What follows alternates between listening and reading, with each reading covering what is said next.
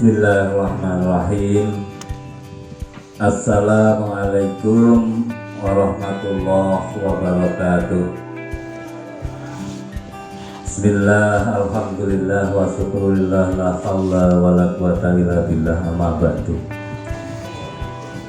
Ingkang kinurmatan sesepuh bin sepuh warga masyarakat Pertukuan Rembugan ingkang satuhu kinabekten datangasanipun panitia ingkang kita hormati lan kita hormati Bapak Ibu warga masyarakat Pertukuan Rembugan, saya Sraten Bangsan Sarikan Rembugan. Tidak lupa yang saya hormati dan saya cintai saudara saya Pak Beja bersama istri, dan juga yang saya cintai Mas Sutarno. Ini sendirian karena istrinya baru sakit. Saya mohon doanya, mudah-mudahan istri beliau diberikan hidayah, diberikan kesehatan. Bapak Ibu yang saya hormati, pada siang hari ini saya Subagio Hadi dan istri saya Sumartiani terkait dengan pilihan lurah Desa Candin periode 2020-2026. Saya bersama istri dan keluarga telah sepakat, istri dan anak-anak saya, keluarga saya semuanya mendukung untuk periode yang kedua. Untuk itu, kepada seluruh masyarakat Desa Candin, khususnya Pertukuan Rembugan yang juga menjadi pertukuan saya berdomisili, jadi harapan saya untuk pemilihan Lurah Desa Candin, mari kita bersama-sama untuk menjaga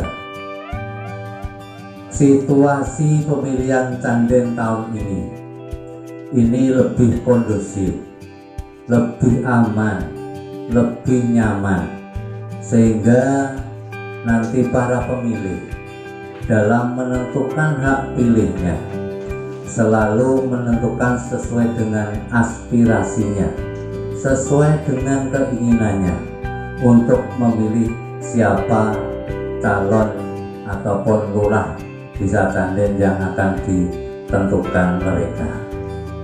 Untuk itu saya mohon dengan sangat lagi hormat kepada tokoh-tokoh masyarakat untuk memberikan ketenangan kepada masyarakat. Karena apa?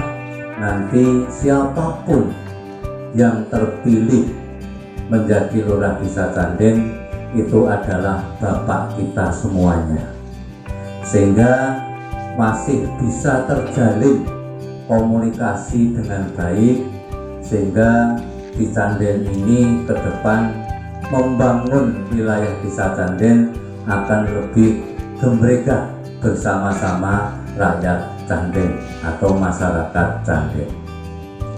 Ini tadi sudah berlangsung dari Pulau Kadang, Tralas, Candin, dan sekarang Rembugan. Untuk itu kepada seluruh warga masyarakat Desa Candin, khususnya Pertukuan Rembugan, saya bersama istri dan keluarga mohon sangat dengan lagi hormat untuk memberikan doa restu kepada niat saya ini dan mohon untuk dukungannya. Mudah-mudahan niat baik saya untuk periode kedua bisa melanjutkan pembangunan di masyarakat wilayah Desa Candin bersama-sama kita semuanya. Saya berkomitmen Menjadi lurah Canden banyak suka dan dukanya. Sukanya kita bisa bersama-sama dengan masyarakat lapisan atas sampai dengan lapisan bawah. Kita selalu bisa berkomunikasi, kita selalu bersama-sama. Rembutan ini bisa kompak, bisa bersatu. Adanya kekompakan koperasi catur tunggal ini membuktikan kebersamaan bersama-sama satu perdukuhan walaupun beda kampung. Ini sebuah contoh bahwa kekompakan di dalam hal apapun ini ada kebersamaan. Untuk itu dorongan saya untuk melanjutkan kembali periode yang kedua ini semangat untuk Bumrega membangun wilayah Desa Canden nanti dapat lebih baik. Tidak ada menjadi lurah mau mencari keuntungan karena gaji lurah ini sekarang standar yang ditentukan dari anggaran yang kita terima, baik itu PAD maupun dana DD, ADD dan juga pembagian hasil pajak dan distribusi. Ini sudah ada ketentuan-ketentuannya, baik untuk penghasilan tetap pamong, baik untuk pembangunan fisik, pembangunan yang lainnya di bidang apapun yang kita lakukan itu sudah sesuai dengan aturan produk pemerintah yang ada. Sehingga saya bersama-sama Pamong pada periode saya telah melakukan program-program yang diusulkan ataupun diajukan lewat musyawarah dusun. Kemungkinan dalam musyawarah dusun itu programnya belum terwadahi semuanya. Ini otomatis program kalau tidak diwadahi dalam musyawarah dusun itu otomatis tidak masuk ke musyawarah desa. Untuk itu monggo tokoh masyarakat yang tahu persis kebutuhan apa yang harus dilakukan di wilayah perdukuhan ini, kami memberikan keleluasaan kepada perwakilan masyarakat yang menentukan program kerjanya dusun, sehingga saya menampung seluruh aspirasi yang diajukan atau dimohonkan untuk bisa direalisasikan. Saya yakin saya hanya seorang bagio yang tidak punya basic apa-apa, tapi saya punya keinginan, saya punya kemauan untuk bisa membangun Desa Canden. Mari kita ajak bersama-sama untuk membangun Desa Canden akan lebih baik. Pelayanan, monggo kalau memang saya masih banyak kekurangan, monggo bisa disampaikan. Untuk kekurangan saya bersama BPD pada waktu itu, apapun yang kami akan laksanakan, yang diputuskan dalam musyawarah desa, saya selalu mengedepankan untuk selalu bermusyawarah. Untuk itu kepada masyarakat Desa Canden khususnya Perdukuhan Pelumbutan, saya sebagai calon dari Perdukuhan Pelumbutan tentu saja tidak akan lebih mengedepankan wilayah sendiri, tapi saya untuk memberikan pembangunan itu secara merata. Saya kira tidak banyak yang saya sampaikan karena keterbatasan waktu. Sekali lagi saya bersama istri mohon dengan sangat lagi hormat doa restunya dan juga dukungannya, mudah-mudahan saya diridhoi oleh Allah Subhanahu wa Ta'ala, sehingga nanti bisa bersama-sama lagi dengan masyarakat. Terima kasih. Assalamualaikum warahmatullahi wabarakatuh.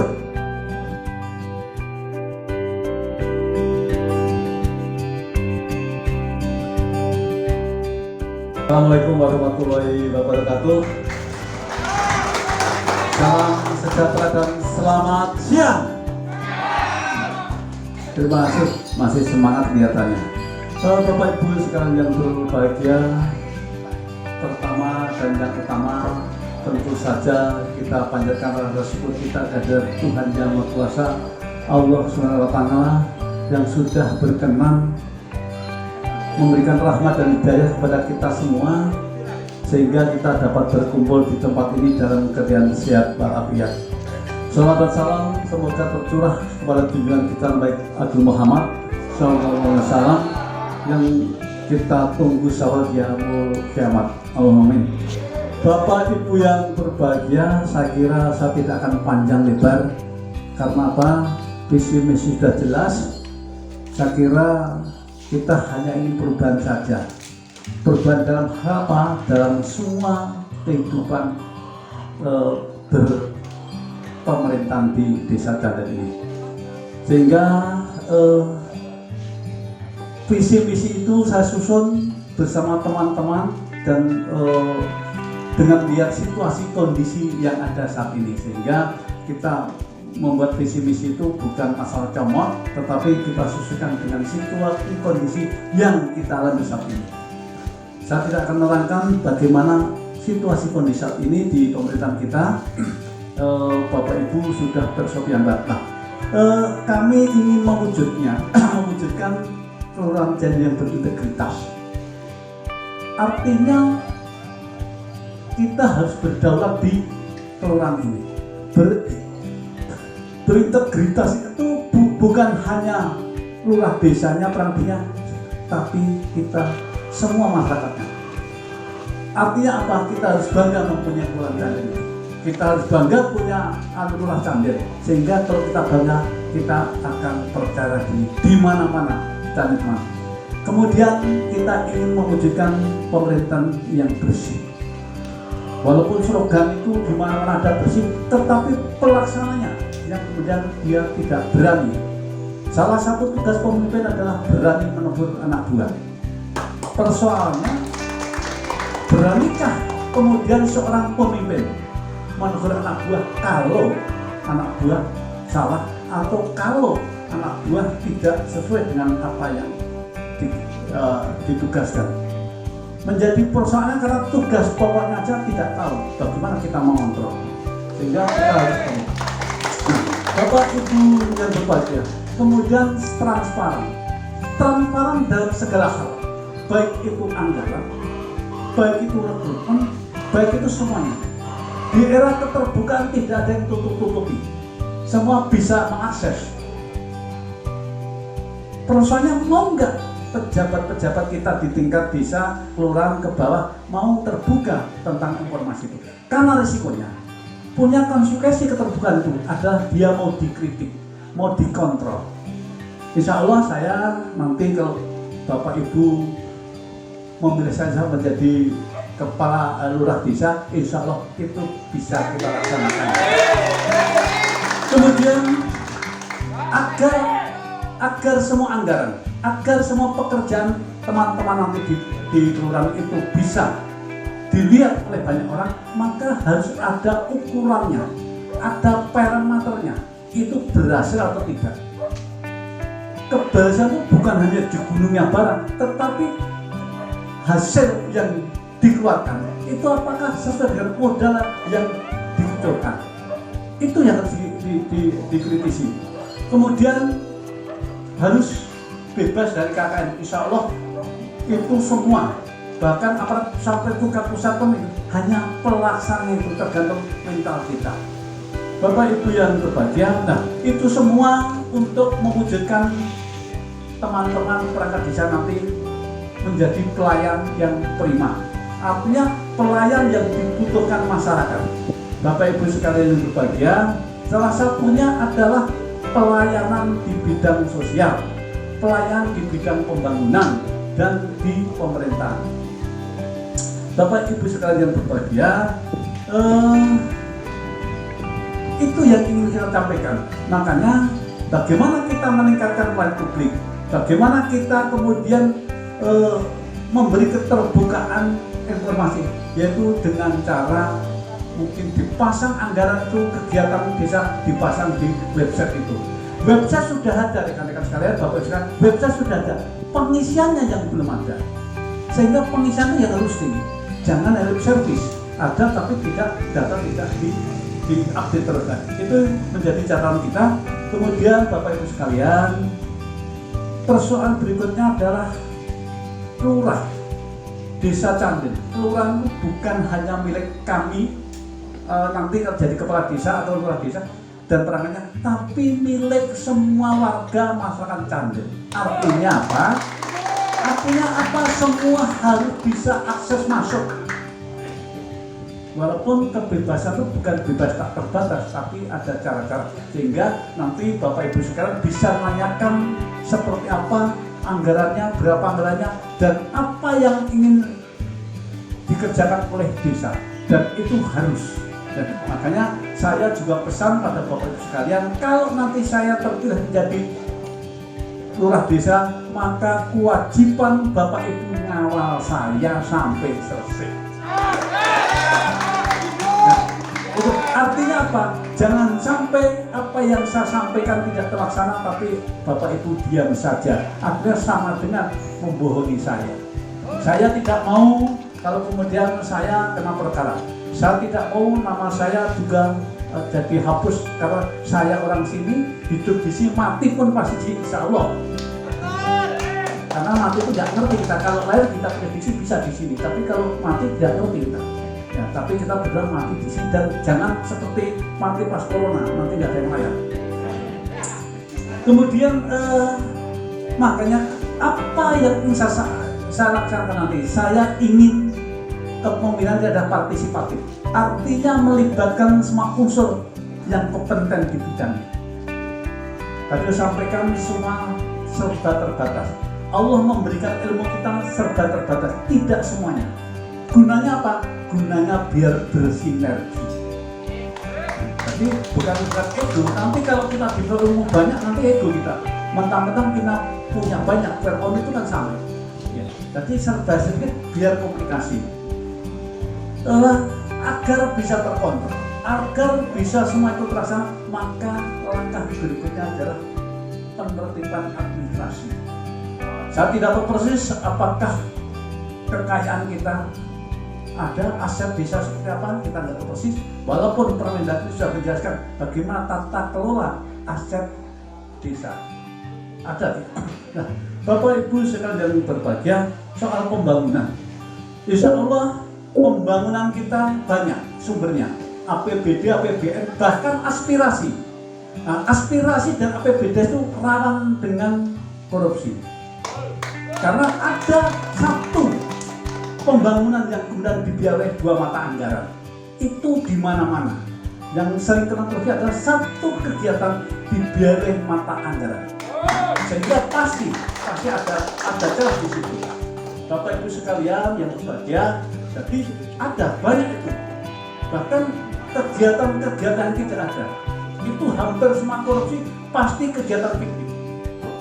Bisa pemalsuan, bisa itu dilaksanakan. Itu bukan dari tingkat awal sampai itu, sampai kabupaten. Insya Allah, kebetulan saya juga pernah dikasih di tipikor, sehingga saya tahu persis bagaimana tata cara untuk mengungkap itu. Intinya, saya tidak akan panjang lebar, nanti silahkan tanya. Intinya saya mohon dukungannya, kemudian pada lihat nanti pilih saya. Kita nomor dua. Saya selalu mengatakan nomor 2 tapi diperlukan.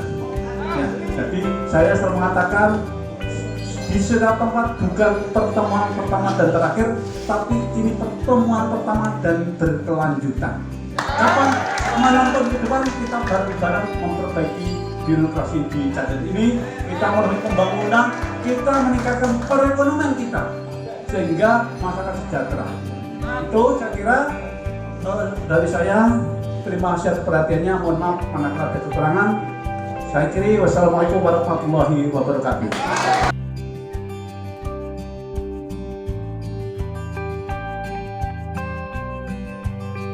Bismillahirrahmanirrahim. Assalamualaikum warahmatullahi wabarakatuh. Bapak-bapak sedaya ingkang kula hormati, ibu-ibu ingkang kula hormati, rekan muda mudi ingkang kula hormati lan mugi ingkang kula banggaken.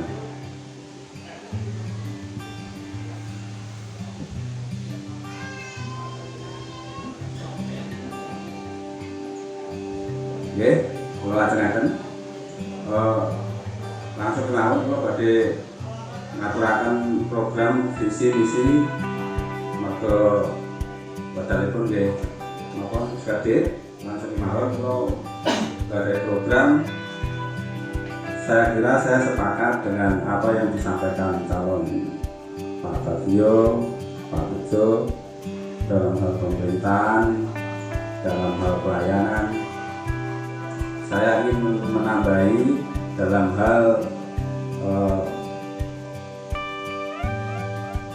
pendapatan. Jadi saya pengennya Desa Candil itu mandiri dalam hal punya pendapatan sendiri yang jumlahnya besar, ya. Tidak melulu mengandalkan jatah anggaran dari pemerintah, dari pihak lain. Jadi betul-betul bisa mengelola potensi, bisa menggali kekayaan Candil, dikelola untuk menghasilkan uang yang banyak. Itu harapan saya. Jadi tidak ketergantungan pada jatah anggaran. Masalah teknisnya apa itu sebesar anggaran pun ya yang kita terima, tapi kalau penggunanya diatur, didikte, itu tetap hasilnya juga nggak akan maksimal. Jadi masalah transparansi keuangan harus di share, harus di terbuka kepada masyarakat. Itu kan teknisnya aja. Bagi saya yang penting itu adalah membangun masyarakatnya, ya, supaya masyarakatnya yang nganggur itu bekerja, yang belum punya pendapatan tetap itu bisa jadi punya pendapatan tetap, yang berpenghasilan rendah bisa naik kelas menjadi berpenghasilan lebih tinggi. Jadi bangun desa ini membangun masyarakat yang dinamis, bukan membangun dusun berdamati. Jadi proyek anggaran mestinya itu diprioritaskan pada program-program yang produktif, yang bisa langsung dirasakan oleh masyarakat. Ya, karena benda mati itu berapapun nggak akan habis, tapi yang paling penting itu kan membangun orangnya, itu yang paling penting. Mau pembangunan fisik jalannya bagus, tapi kalau pendapatannya rendah, daya belinya rendah, ya tetap miskin. Yang penting itu orangnya yang dibangun, bukan benda matinya. Yang dibangun itu orangnya, sekali lagi saya tekankan. Ya. Kalau cuman jalan di depan rumah bagus, tapi kalau warganya penghasilannya rendah, ya tetap nggak kaya kan gitu, tetap ekonominya lemah kan gitu. Jadi saya katakan, kalau saya prioritas proyek itu tetap yang produktif, yang langsung bermanfaat untuk masyarakat, dalam artian membangun orang, membangun yang hidup, membangun benda yang hidup. Kalau Rasulullah itu bangun kan orangnya dulu, bukan bendanya dulu kan. Itu yang paling penting menurut saya. Nah, makanya itu untuk menunjang itu saya visi saya yang jelas tetap harus menggenjot PAD melalui BUMDes, Badan Usaha Milik Desa. Badan Usaha Milik Desa kita juga harus banyak, harus punya bank sendiri. punya usaha digital sendiri. Jadi banyak macam-macam usaha yang bisa menghasilkan uang, sehingga BUMDes yang sehat nantinya kan bisa menopang pembangunan di desa kita ini. Jadi akan menambah pendapatan hasil desa. Jadi kita butuh direktur BUMDes yang gagal, yang profesional, yang punya pengalaman, sehingga mampu untuk mengelola, mampu untuk memajukan itu. Karena kalau saya katakan terbukti lah dimanapun itu, kalau cuma sekedar anggaran mau sebagus apapun tetap nanti nggak merata, nggak maksimal. Tetap harus mandiri, harus punya pendapatan sendiri, harus bisa nyari anggaran sendiri. Itu saya tekankan terus sekali. Karena bagi saya, desa yang mandiri itu adalah desa yang pemimpinnya mampu mengelola, menggali potensi di desanya, baik itu potensi alamnya maupun potensi SDM-nya. Jadi kalau cuman mengandalkan jatah dana desa, mau berapapun jumlahnya itu, mau sebaik apapun penggunaannya itu, tapi kalau tidak dibarengi dengan potensi menggali keuangan sendiri, itu juga tidak akan maksimal dari saya. Berkali-kali saya menguatkan seperti itu. Jadi inti dari misi saya adalah ekonomi, yang jelas membangun ekonomi dengan meningkatkan PAD Cangkring harus melompat, harus miliaran, harus lebih besar dari uang jatah, uang saku. Itu aja yang bisa saya sampaikan, nanti bisa diperdalam, ditanya jawab. Terima kasih. Assalamualaikum warahmatullahi wabarakatuh.